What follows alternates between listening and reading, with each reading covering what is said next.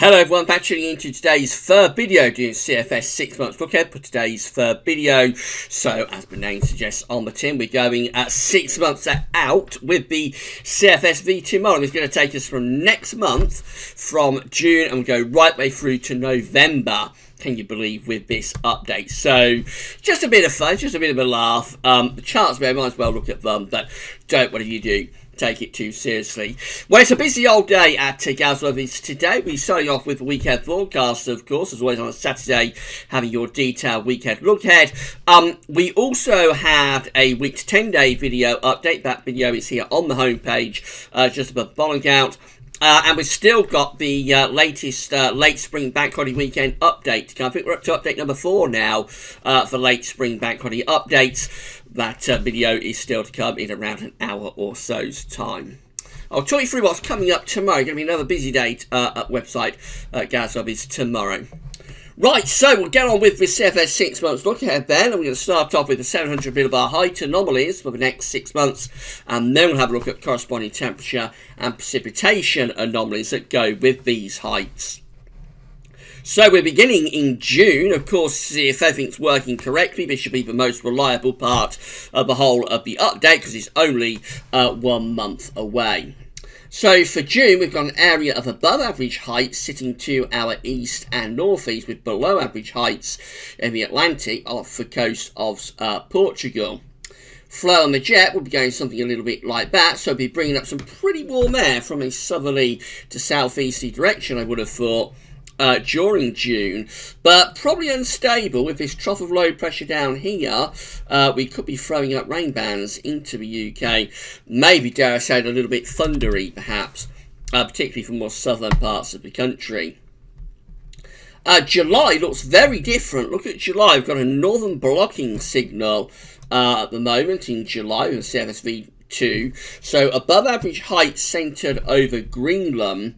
Some below average heights in the Atlantic, also come over here across the northern parts of Scandinavia. Otherwise, not a lot else to go on, but with high pressure up here, it is possible that we could set up an area of low pressure trough somewhere around to the North Atlantic or into northern parts of Europe.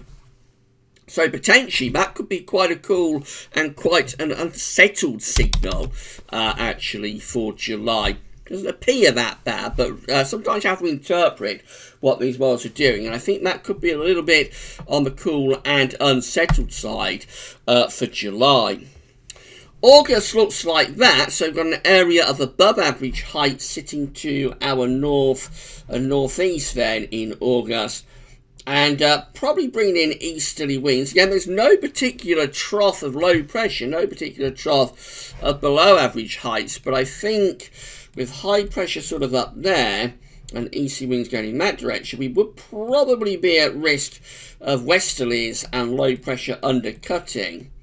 So again, it's not particularly apparent, but it's an unsettled chart. But read between the lines, doing a bit of interpreting, that could be a little bit more unsettled than it at first appears. So maybe July and August on this particular update shaping up to be a little bit more unsettled, perhaps. We'll find out when we look at precipitation anomalies in a moment.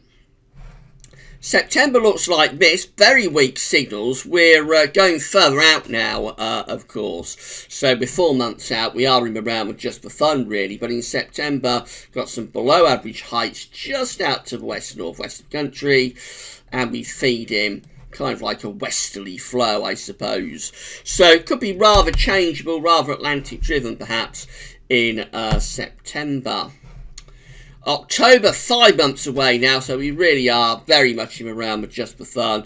Below average heights around Iceland, some above average heights in the middle of the North Atlantic. Again, probably shaping up to be quite westerly there as we're going into October. And then finally, we finish up in November, and that westerly signal strengthens even further in November. So deep areas of below average heights around the south of Greenland and Newfoundland. There's the Azores high there. So again, bringing in that westerly flow. Could be very unsettled and very stormy November if that came off. But again, it's 6 months away. It's just for fun. It's not worth worrying about.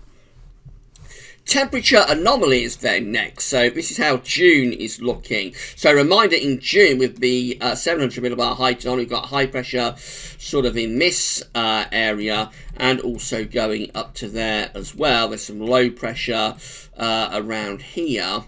So probably quite unstable with the low pressure combining with the high pressure to the east to pull up southerly winds. So probably quite warm, and that's why it's going for a warmer than average month really across not just the UK but much of Europe as well. So a warm month, yes, but probably quite a volatile month, maybe quite thundery perhaps with some heavy showers, maybe thunderstorms. Warmer than average month being forecast so by CFS V2 for June. July also coming out warmer than average, which perhaps is a bit of a surprise given that it's going for high pressure to be up here. So it is going for a northern blocking signal. High pressure is up there. There's no particular trough of low pressure in evidence, but very often when you do get high pressure up here, you'll tend to get low pressure coming in underneath it, particularly in the summer. So it's going for a warmer than average June and July anyway. Temperatures above average for both months. August then reverts to average. So again in August the high pressure is kind of like up here to very far north of Scandinavia, in that sort of area, probably bringing easterlies through there. But we did think that maybe underneath it we might be seeing some westerlies and some low pressure coming in from off the Atlantic. Obviously that will be a coolish type direction in August, and so temperature anomalies are lowering away from northern Scandinavia anyway. Temperature anomalies are generally going towards, or possibly even hinting at being a little bit below average in very limited areas across Europe. September also very close to average. In September we got low pressure in that sort of area, so it did look as though it's probably shaping up to be rather westerly. Close to average with temperature anomalies in September, maybe hinting at being slightly on the milder than average side, but again close to average. October comes out warmer than average month 5 though, so it's unreliable. And also we see that November comes out milder than average as well. In November the Atlantic really is being unleashed. We've got lots of low pressure up here, we've got high pressure down there, so it's a classic westerly November, bringing in the jet stream and also no doubt bouts of rain, maybe gale force winds too. This is how the precipitation anomalies are looking finally in CFS V2 for the next 6 months. So we come back to June, and again, so we see that for many northern parts of Europe, it's a drier than average June being forecast. To our south, it's wetter than average across Spain, Portugal, and France. This is indicative of what could be quite an unstable month. So although it is a milder than average June that's being forecast, because we've got low pressure out here, we've got high pressure sort of up there, so we're bringing in those winds from a southeasterly, maybe southerly direction. It's a very warm month, but volatile with low pressure, bringing heavy rain thunderstorms perhaps to Spain, Portugal, France, and some of those could be threatening the UK. Whilst the UK generally has close to average precipitation anomalies, I do think we might be at risk actually having quite a volatile month there in June to start off the summer. July looks like that, so again no particularly apparent wetter than average signal. If anything we might be erring on the side of being a little bit drier than average, especially across eastern parts of England. But again, just a little bit worried about the blocking signal that it had up across Greenland. That typically is quite a bad sign in summer to get high pressure up over Greenland. You'll usually get a trough of low pressure setting up with the jet stream coming south. So again, just have to interpret these sometimes a little bit. Notice that for many parts of southern France, northern Spain, above average precipitation there. So I'll just be a bit wary about July. Could go down the tubes quite easily. August also coming out with above average precipitation. So again, quite a cool, quite an unsettled signal for August. I do think that June's shaping up to be warm but potentially thundery, and then July and August, I reckon they've got potential to go a little bit down the pan here. And both months could be quite cool and quite unsettled actually. That's just my interpretation of what we're seeing here.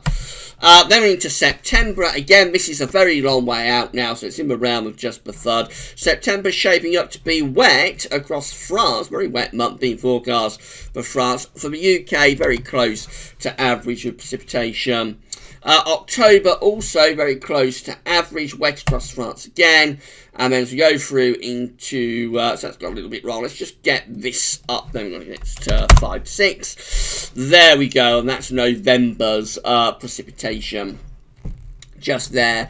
And so by the time you get through to November, 6 months away, it's a little bit wet and average across Scandinavia, a little bit wet and average across the UK and across Ireland too, driving average down across Spain, telling us that this is a classic sort of setup of high pressure down here and low pressure up here, and the westerlies are coming through like that in November.